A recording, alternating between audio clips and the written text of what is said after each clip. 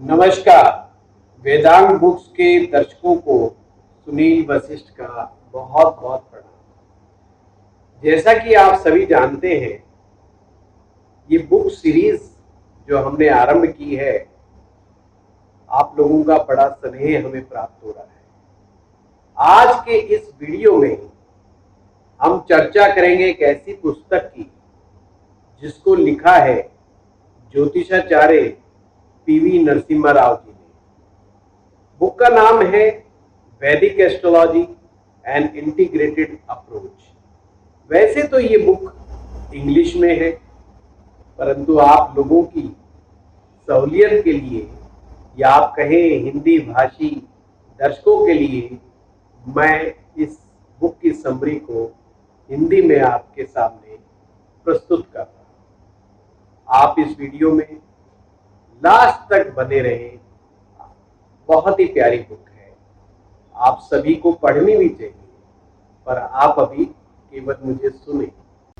दोस्तों, सबसे पहले हम बात करते हैं पीवी नरसिम्हा राव जी के बारे में। पीवी नरसिम्हा राव, जिन्होंने इंजीनियरिंग की शिक्षा प्राप्त की और उन्होंने बीटेक किया इलेक्ट्रिकल एंड इलेक्ट्रॉनिक्स इंजीनियर से। मद्रास से उन्होंने शिक्षा प्राप्त की। वैसे तो उन्होंने अपना master degree rice university Houston US से की। उन्होंने एज ए सॉफ्टवेयर इंजीनियर का कार्य बोस्टन यानी कि यूएसए में जा कर के किया, परंतु वो बहुत ही ज़्यादा ज्योतिष में और संस्कृत भाषा में रुचि रखते थे।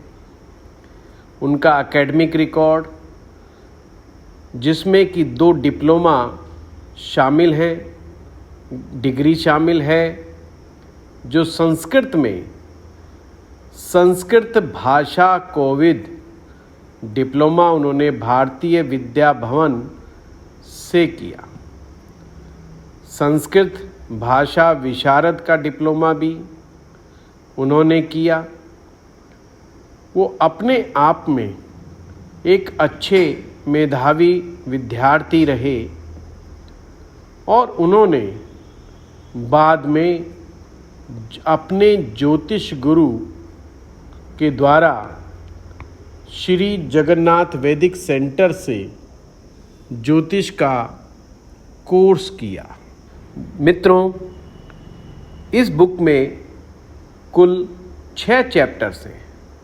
सबसे पहला चैप्टर है चार्ट एनालाइज, जिसमें बेसिक कंसेप्ट्स, राशि, ग्रह, उपग्रह, विशेष लग्न, डिविजनल चार्ट्स और कुंडली के 12 भाव, ग्रह के कारक और भाव के कारक, आरूढ़ पद, दृष्टियाँ, अर्गला का कंसेप्ट, योगा, अष्टक वर्गा सिद्धांत, इंटरप्रेटिंग चार्ट्स और जो भी लॉन्जेविटी से रिलेटेड टॉपिक्स हैं वो पहले चैप्टर में ही शामिल किए गए हैं।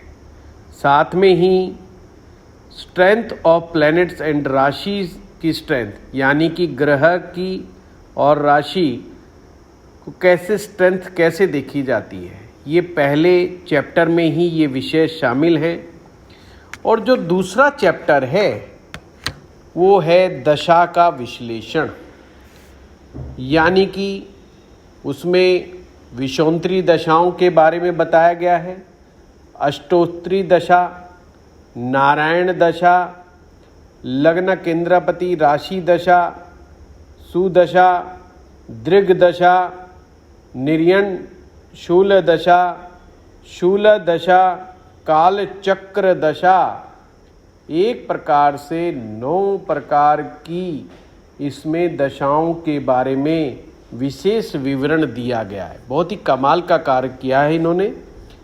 अब तीसरा जो चैप्टर है वो ट्रांजिट के ऊपर है। ट्रांजिट का विश्लेषण कैसे करें, जैसे कि ग्रह जब एक राशि से दूसरी राशि में परिवर्तन करते हैं तो वह परिवर्तन को कैसे समझा जाए, तो इसमें शामिल है जो ट्रांजिट के जो नियम हैं वो बताए गए हैं इसके अंदर। और जो चतुर्थ अध्याय है यानी चैप्टर नंबर 4, उसमें ताजक का विश्लेषण है। ताजिका चार्ट के बेसिक्स, ताजिक की टेक्निक क्या है, ताजिक के योग क्या होते हैं और एनुअल दशाओं को किस तरह से देखा जाता है। ये अध्याय नंबर 4 में सुदर्शन चक्र दशा का भी इसमें बड़ा अच्छा तरीके से समझाया गया है। चैप्टर नंबर 5, इसमें नरसिम्हा राव साहब ने स्पेशल टॉपिक्स को लिया है। उसमें शामिल किए गए हैं impact of birth time error, rational thinkings, remedial measures यानी कि उपाय किस प्रकार से करने चाहिए, मंडेन एस्ट्रोलॉजी के बारे में समझाया है और साथ में मुहूर्त के बारे में भी बताया है। और इलेक्शन ज्योतिष यानी जो हमारे देश में इलेक्शन होते हैं, जनप्रतिनिधि लोग चुनाव अपना लड़ते हैं, वो किस तरह से देखना चाहिए।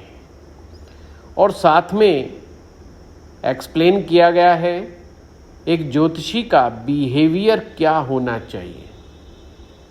और जो छठा पार्ट है वो लाइफ के रियल एग्जाम्पल्स के द्वारा उन्हें एक्सप्लेन किया गया है। तो कमाल का जो है विषय इसमें जोड़े गए हैं ज्योतिष के। अपने आप में एक पुस्तक में बहुत सारा कंटेंट डालने का प्रयास इसमें और बहुत ही खूबसूरत प्रयास पीवी नरसिम्हा राव जी ने किया है। हम सबसे पहला अध्याय आरंभ करते हैं जो है चार्ट का विश्लेषण कैसे किया जाता है। इसमें पीवी नरसिम्हा राव साहब ने सबसे पहले समझाया है ज्योतिष क्या होता है और जो भारत देश में ज्योतिष चलता है, ज्योतिष किया जाता है, वो क्या है। साथ में ही लेखक ने ज्योतिष के बेसिक्स को समझाने का भी प्रयास किया है। सबसे पहले 9 ग्रहों को एक्सप्लेन किया गया है। 9 ग्रहों में ग्रह, उपग्रह और छाया ग्रह के बारे में भी बहुत अच्छे तरीके से समझाया गया है। उसके बाद 12 राशियों के बारे में समझाया है, राशियों का निर्माण कैसे होता है, 12 राशियाँ को डिग्री वाइज किस तरह से देखा जाता है, समझा जाता है, ये बहुत अच्छे तरीके से समझाया गया है। उसके बाद लेखक ने 12 जो भाव हैं हमारे ज्योतिष में, जन्म पत्रिका में, कुंडली में 12 भाव होते हैं। हर भाव हमारे जीवन के किसी न किसी पक्ष को रिप्रेजेंट करता है। उनके बारे में बड़े अच्छे तरीके से बताया गया है। और साथ में कुछ भारतीय चार्ट्स के बारे में भी समझाने का बड़ा अच्छा प्रयास हुआ है। उसके बाद वर्ग चक्रास के बारे में, यानी कि जिन्हें इंग्लिश में डिविजनल चार्ट्स कहा जाता है, हर कुंडली के साथ कुछ वर्ग कुंडलियाँ होती हैं। उन वर्ग कुंडलियों के बारे में समझाया गया है इस अध्याय में, जो बहुत शॉर्ट में समझाया गया है पर अच्छा समझाया गया है। नक्षत्रों के बारे में भी चर्चा की गई है। जो 27 नक्षत्र हैं, उनके जो देवता हैं, उनके जो ग्रह देवता हैं, उनके बारे में समझाया है तथा तिथि के बारे में और चंद्र कैलेंडर के बारे में भी समझाया गया है। ये बड़ा अच्छा टॉपिक्स को एक्सप्लेन किया गया है इस पुस्तक के माध्यम से। उसको उदाहरण सहित इस पुस्तक में इसका पूरा विवरण मिलता है।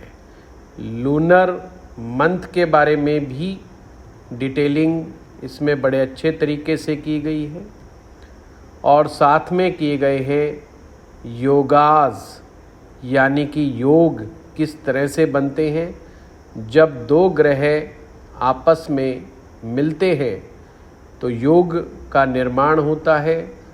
वो ग्रह आपस में किस तरह से युति करता है, किस तरह से ग्रह आपस में संबंध स्थापित करके योग का निर्माण करते हैं, उन सब चीज़ों के बारे में बताया गया है।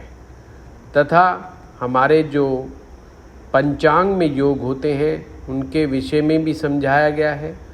करण, होरा और पूरा पंचांग को समझाने का एक छोटा और अच्छा बेहतरीन प्रयास है। साथ में दशा सिस्टम को भी एक्सप्लेन किया गया है। महादशा किस तरह से काम करती है, अंतर्दशा किस तरह से काम करती है और प्रत्यंतर दशाएं किस तरह से काम करती है। सबसे अच्छी बात यह है कि चैप्टर के एंड में कंक्लूज़न भी दिया हुआ है कि क्या कंक्लूज़न निकल कर के आता है, उसके बारे में भी ढंग से बताया गया है। अब हम चलते हैं राशिस के ऊपर, जो कि चैप्टर 1 का ही पार्ट है। और राशिस के इस प्रकार से समझाया गया है, उसमें लिखा है लिम्स ऑफ विष्णु, यानी कि ये भगवान श्री हरि विष्णु के ही शरीर के अंग हैं। यानी भगवान श्री हरि विष्णु जी के शरीर के प्रत्येक हिस्से को किसी राशि विशेष के साथ जोड़ करके उसको समझाया गया है। ये उसी प्रकार से है जैसे काल पुरुष के माध्यम से भी राशि को समझाया जाता है। राशि के तत्व क्या होते हैं, यानी जो 5 एलिमेंट्स हैं, उनके बारे में भी इसमें समझाया गया है। साथ में आयुर्वेद के दृष्टिकोण से पित्त, वात और कफ के माध्यम से भी राशियों को समझाया गया है। ये पूरी प्रकृति त्रिगुणात्मक है। सतोगुण, रजोगुण और तमोगुण, यानी कि सात्विक राशियाँ, राजसिक राशियाँ और तामसिक राशियाँ कौन सी होती हैं। सात्विक राशियों में कर्क राशि, सिंह राशि, धनु राशि और मीन राशि शामिल है। जबकि राजसिक राशियों में मेष राशि, वृष राशि और तुला राशि, वृश्चिक राशि शामिल है। जबकि तामसिक जो साइन है, राशियां हैं जो तमोगुण लिए हुए हैं, वो जेमिनी, कन्या, जेमिनी का मतलब मिथुन राशि, कन्या राशि, मकर राशि और कुंभ राशि, ये राशियां तमोगुण लिए हुए होती हैं। राशियों की दिशाओं का भी बहुत अच्छा तरीके से समझाया है। जैसे मेष, सिंह और धनु राशि ये पूर्व दिशा को रिप्रेजेंट करती हैं। वृष राशि, तुला राशि और मकर राशि ये दक्षिण दिशा को रिप्रेजेंट करती है। मिथुन राशि, तुला राशि और कुंभ राशि पश्चिम दिशा से संबंध रखती हैं। कर्क राशि, वृश्चिक राशि और मीन राशि ये उत्तर दिशा से संबंध रखते हैं। इसी प्रकार से इनके तत्वों को भी बड़े अच्छे ढंग से समझाया गया है कि उनके कलर्स कौन से होते हैं, जो राशियां दिन बली होती हैं या जो रात्रि बली राशियां होती हैं, तथा राइजिंग किस तरह से, राइजिंग ऑफ राशिज की राशियों का उदय किस तरह से होता है। कुछ राशियां शीर्षोदय होती हैं, कुछ पृष्ठोदय होती हैं, यानी कि कुछ पाँव के से यानी कि नीचे से ऊपर की तरफ उदयमान होती हैं, कुछ ऊपर से नीचे की तरफ उदयमान होती हैं। इनके बारे में भी डिटेल है तथा उनके वर्ण के बारे में भी समझाया गया है कि ब्राह्मण वर्ण की राशि कौन सी है। ब्राह्मण वर्ण में कर्क राशि, वृश्चिक राशि, मीन राशि, जबकि क्षत्रिय जो राशि है वो मेष राशि, सिंह राशि और धनु राशि है। वैश्य यानी जो व्यापारिक राशियां हैं वो वृष राशि, कन्या राशि और मकर राशि है। शूद्र जो है वो मिथुन, तुला और कुंभ राशि है। कमाल का एक्सप्लेनेशन किया है, यानी कि राशि के बारे में कोई स्टूडेंट जो भी समझना चाहता है वो बहुत अच्छे से इसको समझ सकता है। राशियों के जो गुण हैं वो समझाए गए हैं। इसको मैं यहाँ पर एक्सप्लेन नहीं करूँगा क्योंकि हम ये चाहते हैं कि इतनी अच्छी पुस्तक है, विद्यार्थी उसका स्वयं अध्ययन करें।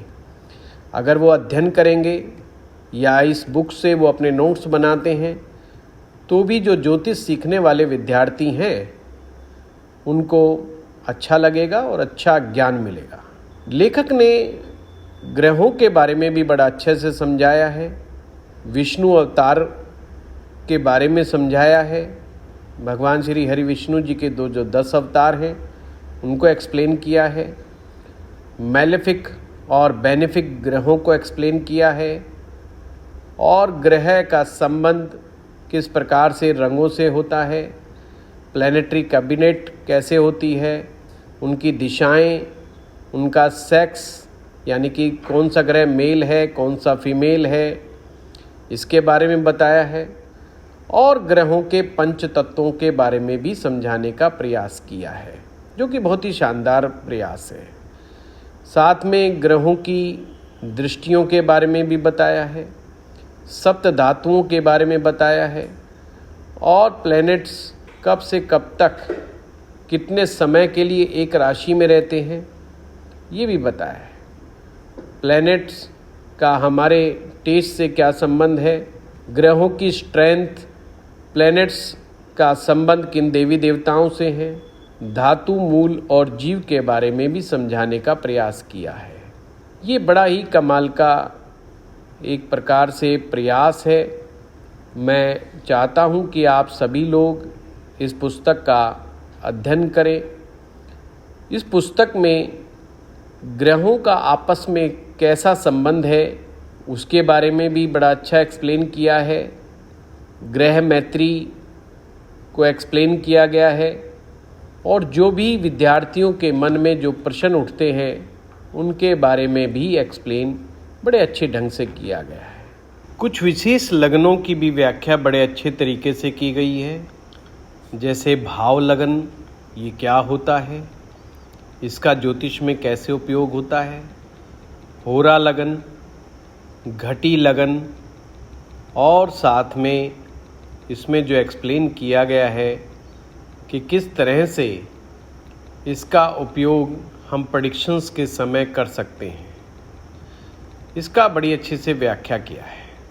साथ में श्री लग्न के बारे में समझाया है कि श्री लग्न कैसे देखते हैं। ये सभी विद्यार्थियों को मैं कहूँगा कि आपको ज़रूर समझना चाहिए।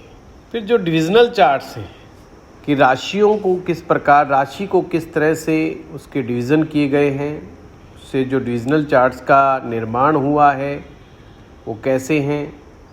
D1 चार्ट से हम क्या क्या चीज़ें देखते हैं, जो फिज़िकल फॉर्म में दिखाई दे रहा है, स्पष्ट रूप से समझ में आ रहा है, वो सब D1 चार्ट से आता है। धन के लिए होरा चार्ट देखा जाता है कि एक व्यक्ति अपने जीवन में कितना धन अर्जित कर सकता है, उसमें कितनी संभावनाएं हैं धन अर्जित करने की। ये होरा चार्ट से पता चलता है। ये सब वर्ग कुंडलियों के तहत आते हैं। इसे D2 चार्ट भी कहा जाता है। फिर है D3 चार्ट, दृष्टिकोण कहते हैं इसे। ये छोटे भाई बहनों को देखने के लिए भी उपयोग होता है और इसका अच्छा उपयोग मेडिकल एस्ट्रोलॉजी में भी होता है, यानी कि बीमारियों को फाइंड आउट करने में भी इसका उपयोग कर सकते हैं। चतुर्थ मांशा यानी कि D4 चार्ट, ये चार्ट से हम लोग अपने जीवन का सुख और लग्जरी, ज़मीन जायदाद, प्रॉपर्टी, एसेट्स वगैरह देख सकते हैं। D5 चार्ट जिसे पंचमांशा चार्ट कहा जाता है, उससे हम संतान के बारे में, प्रेम के बारे में भी देखते हैं। D6 चार्ट ये हमारे किस तरह से काम आता है ये भी समझाया गया है। D7 चार्ट सप्तमांशा कुंडली, ये विशेष रूप से संतान के सुख, संतान की शिक्षा, संतान का कैरियर या संतान संबंधी जो बातें होती हैं वो D7 चार्ट से पता चलती हैं। D8 चार्ट ये भी बड़ा इम्पोर्टेंट है पर बहुत महत्वपूर्ण है D9 चार्ट। D9 चार्ट को धर्मांशा चार्ट भी कहा जाता है। इससे हम भाग्य देखते हैं, धर्म देखते हैं, विवाह देखते हैं, विवाह का सुख देखते हैं। जो भी अध्यात्म संबंधी हमारी साधनाएं हैं, हमारे उनके बारे में भी बड़ा अच्छा इंडिकेट D9 कर देता है। D10 चार्ट हमारे कार्य क्षेत्र के बारे में बताता है। D10 चार्ट व्यापार जब भी आप आरंभ करें तो अच्छे ढंग से D10 चार्ट का अध्ययन करने के बाद ही या आपको आगे बढ़ना चाहिए, या अपना कैरियर जब नौजवान लोग चूज़ करते हैं तो उन्हें D10 चार्ट का अध्ययन किसी अच्छे विद्वान व्यक्ति से इसका अध्ययन करवाना चाहिए। D11 चार्ट जिसे रुद्रमांसा चार्ट भी कहते हैं। अगला चार्ट है D12 चार्ट। D12 चार्ट अपने आप में बहुत अच्छा चार्ट है। ये इससे माता पिता और अपने दादा दादी, नाना नानी, इनके बारे में पता चलता है। आपके पूर्वज कैसे हैं, आपने अपने पूर्वजों से क्या प्राप्त किया है। D60 चार्ट षोडशांश कुंडली जिसे कहते हैं, षोडशमासमा चार्ट भी कहा जाता है। इससे हमारी गाड़ियाँ, वाहन, सुख, लग्जरी का सुख, ये सब देखा जाता है। D20 चार्ट, D20 चार्ट विशेष रूप से हमारे स्पिरिचुअल प्रोग्रेस को दिखाता है तथा हमारी साधना, तपस्या, मंत्र जाप और सिद्धि के बारे में इससे पता चलता है। अगला चार्ट है D24 चार्ट। ये ऐसा चार्ट है जिसके द्वारा हम अपनी शिक्षा देखते हैं और D24 चार्ट कौन सा विषय बच्चे को पढ़ना चाहिए, इसमें बड़ी मददगार होता है। D27 चार्ट जिसे नक्षत्र मानसा चार्ट भी कहा जाता है, यह चार्ट ग्रह की स्ट्रेंथ को देखने के लिए भी देखा जाता है। D30 चार्ट ये जीवन में जो हमें परेशानियां आती हैं, मुसीबतें आती हैं, बीमारियां आती हैं, ये सब चीज़ें देखी जाती हैं। D40 चार्ट भी हमें ग्रह की स्ट्रेंथ को भी बताता है तथा हमारे खास करके पेरेंटल साइड से जो हमें क्या मदद मिलेगी हमें, उसके बारे में भी बताता है। इसी प्रकार से D45 चार्ट भी इसी तरह से हमें बताता है। D60 चार्ट ये हमारे पास्ट लाइफ कर्मास का एक्युमुलेशंस जो होता है उसको बड़े अच्छे से समझाता है। इनको अगर किसी व्यक्ति को भी अच्छा ज्योतिषाचार्य बनना है, वो बिना इन डिविजनल चार्ट्स का अध्ययन किए आगे नहीं बढ़ सकते। उन्हें अवश्य ही इन डिविजनल चार्ट्स का बहुत अच्छे से उपयोग करना ज्योतिष में आना चाहिए। लेखक ने 12 हाउसेस के बारे में, 12 भावों के बारे में बड़ा अच्छे से एक्सप्लेन किया है। जन्म पत्रिका का जो पहला भाव है वो शरीर को दिखाता है, हमारे रंग रूप को दिखाता है, हम देखने में कैसे लगते हैं। साथ में हमारे हेड को रिप्रेजेंट करता है, हमारे ब्रेन को रिप्रेजेंट करता है, हमारी जीवन की शक्ति को रिप्रेजेंट करता है। हम जीवन में कितना ग्रो कर पाएंगे कि नहीं कर पाएंगे, ये लगन कुंडली, लगन से ही पता चलता है। मित्रों, जो कुंडली का पहला भाव होता है उसे ही हम लगन स्थान को बोलते हैं। कुंडली का दूसरा भाव, इससे हम धन देखते हैं, वाणी देखते हैं, कुटुंब का मतलब पूरा परिवार, पूरा खानदान देखते हैं। साथ में आँखें, हमारा मुंह, हमारा खान पान का तरीका, हमारा चेहरा, और साथ में हम देखते हैं कि जो दूसरा भाव है अगर वो किसी भी कारण से गड़बड़ हो जाए तो हमें काफ़ी मुसीबत में भी डाल सकता है। कुंडली का तीसरा भाव हमारे छोटे भाई बहनों का भाव है।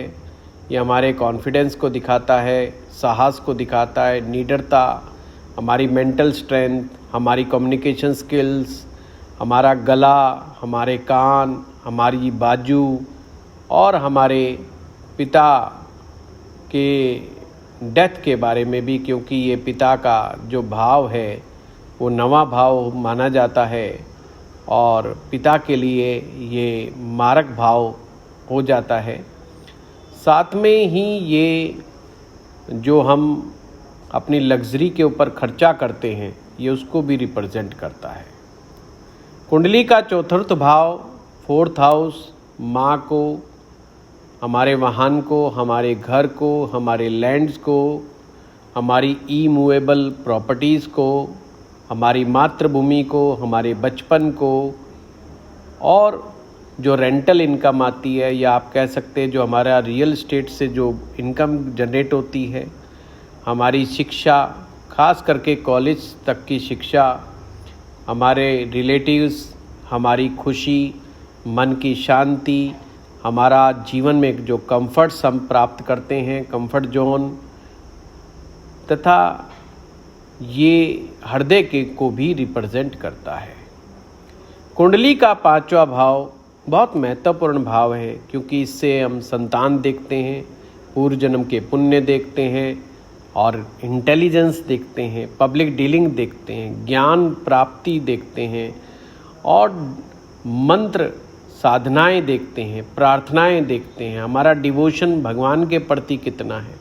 साथ में पेट, डाइजेस्टिव सिस्टम, और जीवन में कितना हमें प्यार मिलेगा, ये भी हम पंचम भाव से ही देखते हैं। कुंडली का 6ठा भाव शत्रुओं को, बीमारियों को, कर्जे को दिखाता है। ये हमारी नौकरी को भी दिखाता है। नौकरी का कब हमें परिवर्तन करना चाहिए इसके बारे में भी दिखाता है। और साथ में मेंटल टेंशन्स, चोट फेट, हमारी हेल्थ के इश्यूज़, हमारे एक्सीडेंट्स, हमारे मेंटल ट्रॉमास, हमारे ननिहाल को भी साथ में दिखाता है। कुंडली का 7वां भाव विवाह को, विवाह से मिलने वाला सुख, हमारा लाइफ पार्टनर्स, सेक्स, पैशन, और जो बिजनेस होता है, डे टू डे इनकम होती है, वो भी हम 7वें भाव से ही देखते हैं। कुंडली का अष्टम भाव लॉन्जेविटी को दिखाता है और ऐसी बीमारियां जो लंबे समय तक चलती हैं और जो हमें मुसीबत में डाल सकती हैं, हमारे प्राण संकट में आ सकते हैं, ऐसी बीमारियां भी अष्टम भाव से देखी जाती हैं। इनहेरिटेंस, मित्र का छूट जाना या खो जाना, अकल्ट स्टडीज़ जिसमें ज्योतिष है, तंत्र मंत्र है, जादू है, ये सब देखा जाता है। ये जीवन के उतार चढ़ावों को भी दिखाता है। ये बड़ा रहस्यमय भाव है, इसलिए कई बार इसे मृत्यु भाव भी कह दिया जाता है। ये हमारे जेनेटल्स ऑर्गन्स को भी दिखाता है। कुंडली का नवम भाव पिता, गुरु, बॉस, भाग्य और हमारा रिलीजियसनेस को शो करता है। भगवान के प्रति आस्था, भगवान का आशीर्वाद, हायर नॉलेज, हायर स्टडीज़ और जो विदेश में जाने के बाद हमारा भाग्य कैसा होगा या विदेश की भूमि पर हमारा भाग्य कैसा होगा, ये भी हमें बताता है। दीक्षा प्राप्त करोगे कि नहीं, किसी गुरु को प्राप्त करोगे कि नहीं, ये सब पता चलता है हमें। तथा हमारे ग्रैंड चिल्ड्रंस, हमारे प्रिंसिपल्स, धर्म, इंट्यूशंस, कंपैशन, सिंपैथी और लीडरशिप, चैरिटी, कितना दान आप जीवन में करोगे और हमारी जंघाएं।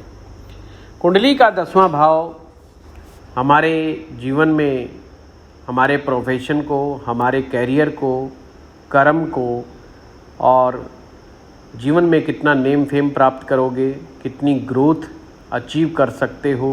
एक प्रकार से ये सिद्धि भाव है।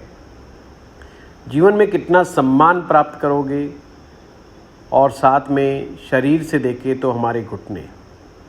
कुंडली का 11वां भाव हमारे बड़े भाई बहनों का है, हमारी आय के स्रोत का है, हम कितना लाभ प्राप्त कर सकते हैं तथा हमारे टखनों का है। 12वां भाव खर्चे देखे जाते हैं, लॉसेस, ऐसे खर्चे जिनको हम नहीं चाहते करना पर करना मजबूरी है। जेल यात्रा, कोई दंड, हॉस्पिटलाइजेशन और सैया सुख जिसे प्लेजर इन बेड कहते हैं, और जितने भी मिसफॉर्च्यून्स हैं, बैड हैबिट्स हैं, हमारी नींद है, हमारा मेडिटेशन है, हमारा डोनेशन है और सीक्रेट एनिमीज़, यानी एक प्रकट शत्रु होते हैं, एक गुप्त शत्रु।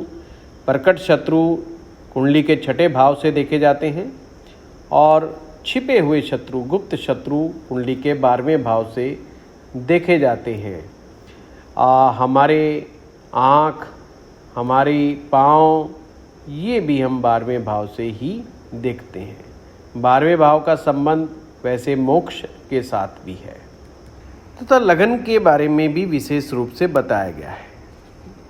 लगन कुंडली का चंद्र लगन, सूर्य लगन, आरूढ़ लगन, पक्का लगन, इनके बारे में भी बड़े अच्छे तरीके से समझाया गया है। कारका मांशा लगन क्या होता है, ये किस तरह से काम करता है, होरा लगन कैसे काम करता है, इसके बारे में विस्तार से ढंग से समझाने का प्रयास लेखक के द्वारा हुआ है। कुंडली में केंद्र भाव क्या होते हैं, उनका क्या महत्व है, त्रिकोण भाव क्या होते हैं, उपचय भाव क्या होते हैं, कुंडली के दुस्थान क्या होते हैं, वो भी समझाने का बड़े अच्छे से समझाया गया है। तथा कुछ क्लासिकल रेफरेंसेस भी वहाँ पे दिए गए हैं। कारकों के बारे में भी डिटेल में चर्चा है। नैसर्गिक कारक क्या होते हैं, चर कारक क्या होते हैं, स्थिर कारक क्या होते हैं। बिना कारकों के ज्योतिष को पढ़ना मुश्किल ही नहीं, असंभव है। कोई भी व्यक्ति ज्योतिष को इन कारकों के बिना समझ ही नहीं सकता। आगे आरूढ़ पद के बारे में बात की गई है, आरूढ़ लगन के बारे में बात की गई है। आरूढ़ लगन कैसे बनाते हैं, भाव का आरूढ़ कैसे होते हैं। ये जो आरूढ़ भाव है ये भी कुंडली में विशेष महत्व रखता है, क्योंकि इससे पता चलता है कि लोग आपके बारे में क्या सोचते हैं। आप अपने बारे में क्या सोचते हैं ये अलग बात है, पर आप इस संसार में कैसे जाने जाते हो, लोगों का दिमाग में आपके प्रति क्या आपकी छवि क्या है। जिस भी व्यक्ति को नेता बनना है, अभिनेता बनना है, सेलिब्रिटी बनना है या कोई पब्लिक फिगर बनना है, उनका आरूढ़ लगन मजबूत होना चाहिए और अच्छे स्थान पर वेल प्लेस्ड होना चाहिए। अदरवाइज़ लोगों के दिमाग में आपकी गलत छवि भी आपकी कैरियर को ख़राब कर सकती है। इसमें आरूढ़ लगन के नियम भी बताए गए हैं, उनका उपयोग किस तरीके से आरूढ़ लगन का किया जाता है ये समझाने का एक अच्छा प्रयास मैं कहूँगा कि यहाँ पर किया गया है। अर्गला के बारे में भी समझाया गया है। अर्गला एक बहुत ही प्यारा कंसेप्ट है जो हमें बताता है कि कौन से ग्रह की ऐसी शक्ति या कौन सा ऐसा ग्रह है जो किसी अच्छे ग्रह को ढंग से काम नहीं करने दे रहा, जो छिपा हुआ है, जो सामने दिखाई नहीं देता, वो लगन कुंडली से नहीं पता चलता कई बार, पर अर्गला से हमें पता चलता है कि हमें हमारे कार्य में कहाँ पर बंधन है, हमें तरक्की में, उन्नति में कौन सी चीज़ ऐसी है जो हमें रुकावट डाल रही है, उसके विषय में भी ढंग से समझाया गया है। मैं यहाँ दर्शकों से कहूँगा, मैं तो केवल यहाँ पर ओवरव्यू दे रहा हूँ, पर वो अच्छा रहेगा कि इस बुक को अच्छी तरह से पढ़ें। आगे उन्होंने योगास के बारे में बात किया है, रवि योग, चंद्र योग, महापुरुष योग, नाभा योग और कई अदर्स जो बड़े पॉपुलर योग हैं, राजयोग संबंध कैसे बनता है, धन योग है, दरिद्रता योग है, इन सब चीज़ों को बड़े अच्छे से एक्सप्लेन किया गया है। इसमें अष्टक वर्ग के बारे में बड़ा डिटेल से समझाया गया है, भिन्नाष्टक वर्ग को एक्सप्लेन किया गया है, सर्वाष्टक वर्ग को एक्सप्लेन किया गया है, समुदाय अष्टक वर्ग को एक्सप्लेन किया गया है। तो एक कमाल का जो है काम किया गया है और काफ़ी मेहनत, काफ़ी हार्डवर्क किया गया है। उसके बारे में बड़ी डिटेलिंग है। इससे हमें भाव की स्ट्रेंथ पता चलती है, हमें ग्रह की भी स्ट्रेंथ पता चलती है कि किस भाव में कितने पॉइंट्स मिले हुए हैं। उस आधार पर पता चलता है कि भाव से मिलने वाले जो सुख हैं हमें, वो कितनी मात्रा में प्राप्त होने की संभावना बनती है। ये हमें बड़े अच्छे से समझ में आ जाता है। और साथ में कुछ कभी कभी होता ही है कि कुछ ग्रह देखने में लगते हैं कि वो बड़े पावरफुल है, पर अगर उनको पॉइंट्स कम मिले हुए होते हैं तो वास्तव में वो अपना अच्छा परिणाम जितना देना चाहिए उतना वो दे नहीं पाते हैं। आगे उन्होंने चार्ट के विषय में समझाया कि चार्ट को देखने के क्या नियम है, किस तरह से मार्केश देखा जाता है, बादकेश किस तरह से देखा जाता है, डिविजनल चार्ट्स का अध्ययन किस तरीके से किया जाता है और पारिवारिक सदस्यों के बाद का भी चार्ट को किस तरीके से देखना चाहिए। ये बड़े अच्छे से उन्होंने इस चीज़ को एक्सप्लेन करने का प्रयास किया है। सर्वाष्टक वर्ग के साथ साथ षोडश वर्ग कुंडली के ऊपर भी बड़ा अच्छा प्रयास यहाँ पर किया गया है। इसीलिए मैं बार बार आप लोगों को कह रहा हूँ कि इसमें हर चीज़ को जोड़ा है, जो कि एक ज्योतिष सीखने वाले विद्यार्थी के लिए जो भी चीज़ें आवश्यक है, इसमें बड़े अच्छे ढंग से इसमें जोड़ा गया है। दशाओं का जो एनालिसिस है उसके बारे में भी विस्तार पूर्वक बताया गया है। तो दोस्तों, आपको हमारा ये विश्लेषण कैसा अच्छा लगा, बुक की समरी कैसी लगी, आप ज़रूर बताएं। और यदि आप भी किसी बुक का ओवरव्यू लेना चाहते हैं, उसके बारे में समझना चाहते हैं, तो आप ज़रूर हमारे कमेंट बॉक्स में लिखें। अब प्रयास करेंगे कि उस बुक को पढ़ कर के आपको ओवरव्यू बता सकें और समझा सकें कि ये बुक आपको पढ़नी चाहिए कि नहीं पढ़नी चाहिए। मैं कंक्लूज़न करते हुए यही कहूँगा, पीवी नरसिम्हा राव साहब ने बहुत अच्छा प्रयास किया है एज एस्ट्रोलॉजर, और निश्चित रूप से हम सभी चीज़ों को एक्सप्लेन नहीं कर सकते इस बुक की, क्योंकि मैं चाहता हूं कि आप स्वयं इस बुक्स को पढ़ें, और जो भी ज्योतिष सीखना चाहते हैं या जो लोग ज्योतिष सीख रहे हैं उन्हें इस बुक का अध्ययन अवश्य ही करना चाहिए। आप लोगों का बहुत बहुत धन्यवाद।